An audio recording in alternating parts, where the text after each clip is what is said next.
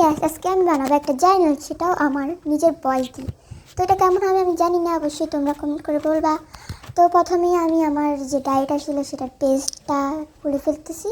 তারপর আমি এক এক করে আমার যে জার্নাল সাপ্লাইসগুলো আসলো সেগুলো লাগাইতেছি।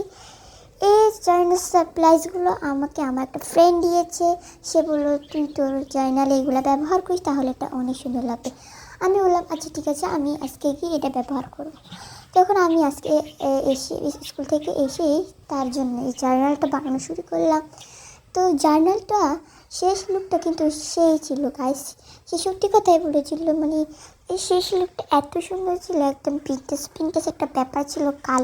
সে বললো সে নাকি তার পুরাতন গাছ থেকে এগুলো কেটে কেটে আমার জন্য এনেছে। আমি বললাম আচ্ছা ঠিক আছে, আমি একটা জার্নাল বানাবো তোর জন্য, এবং তোর তোর যে তুই যে জিনিসগুলো দিয়েছিস সেটাও আমি সবার সাথে শেয়ার করবো। সে বলল আচ্ছা ঠিক আছে।